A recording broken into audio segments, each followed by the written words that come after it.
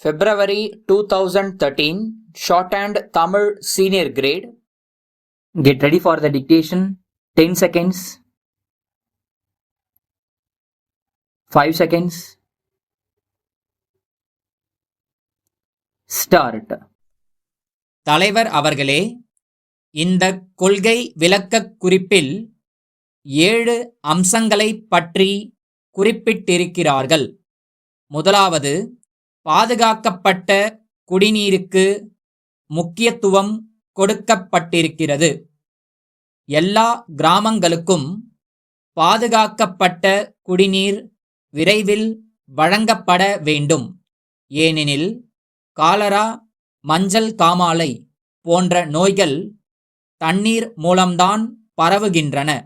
ஆகவே இத்தகைய நோய்களை பரவாமல் தடுக்கும் வகையில் எல்லா கிராமங்களுக்கும் விரைவில் பாதுகாக்கப்பட்ட குடிநீர் வழங்கப்பட வேண்டுமென கேட்டுக்கொள்கிறேன்.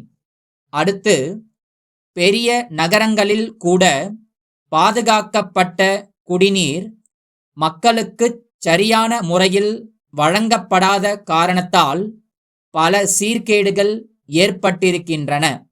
மதுரை போன்ற பெரிய நகரத்திலேயே பல இடங்களில் பாதுகாக்கப்பட்ட குடிநீர் வழங்கும் குழாய்கள் சாலை மட்டத்திற்கு கீழே இருக்கின்றன.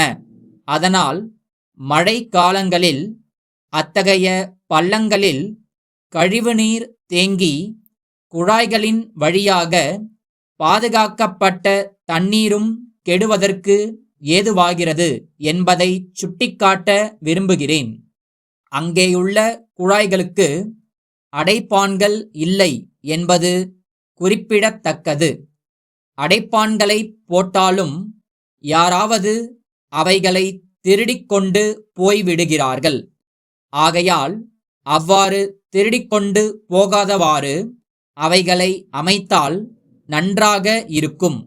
அடைப்பான்கள் இல்லாத குழாய்கள் வழியாக நோய்களை பரப்பும் கிருமிகளும் அசுத்தப் பொருள்களும் குடிநீரில் கலந்துவிடாமல் தடுப்பதற்கு ஏற்ற முறைகளை இனியாவது கையாள வேண்டுமென்று கேட்டுக்கொள்கிறேன்.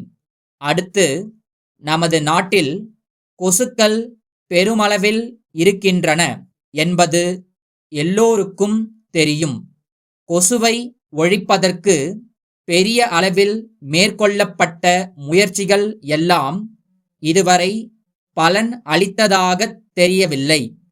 கொசு தொல்லை காரணமாக நாட்டில் யானைக்கால், மூளைக்காய்ச்சல் போன்ற வியாதிகள் பெருமளவுக்கு பெருகிக் கொண்டிருக்கின்றன என்பதை நாம் உணர வேண்டும். அண்மையில் நம் மாநிலத்தில் சில கிராமங்களில் யானைக்கால் வியாதி பரவி இருக்கிறது. அது பரவுவதற்கு ஏதுவான வகையில் சுற்றியுள்ள கிராமங்களில் உள்ள சாக்கடைகளிலும் பள்ளங்களிலும் கழிவுநீர் தேங்கியுள்ளது. அதோடு அங்கேயுள்ள சிறு குட்டைகளில் கழிவுநீர் தேங்கி இருக்கிறது. இதன் காரணமாக அசுத்தமான கொசுக்கள் பெருமளவில் உற்பத்தியாகி அந்த கிராமங்களில் உள்ள மக்களில் பல பேர் யானைக்கால் வியாதியால் பீடிக்கப்பட்டிருக்கிறார்கள். எனவே அங்கெல்லாம் தண்ணீர் தேங்காத நிலையை உருவாக்குவதோடு பாதிக்கப்பட்டவர்களுக்கு உரிய மருந்து உடனடியாக வழங்கப்பட வேண்டும். மருத்துவமனைகளிலிருந்து மருந்துகளும் உணவுப் பொருள்களும் அதிகமான அளவுக்கு களவு போவதை தடுப்பதற்கு கடும் நடவடிக்கைகளை அரசு மேற்கொள்ள வேண்டும். மாண்புமிகு அமைச்சர் அவர்கள் அடிக்கடி மருத்துவமனைகளுக்குச் சென்று இம்மாதிரியான தவறுகளை கண்டுபிடித்து உரிய நடவடிக்கை எடுத்து வருகிறார்கள். எனினும் அந்த போக்கு இன்னும் தொடர்ந்து இருப்பதாக தெரிகிறது. இது குறித்து அரசு கடுமையான நடவடிக்கை மேற்கொள்ள வேண்டும். மதுரை மணிவண்ணன் புத்தக விற்பனையாளர்கள் சிவகங்கை ராஜா உயர்நிலை பள்ளி தலைமை ஆசிரியருக்கு எழுதுகின்ற கடிதம். அன்புடையீர், நாங்கள் மிக நீண்ட காலமாக புத்தக விற்பனையில் ஈடுபட்டுள்ளோம் என்பது தங்களுக்கு நன்கு தெரியும்.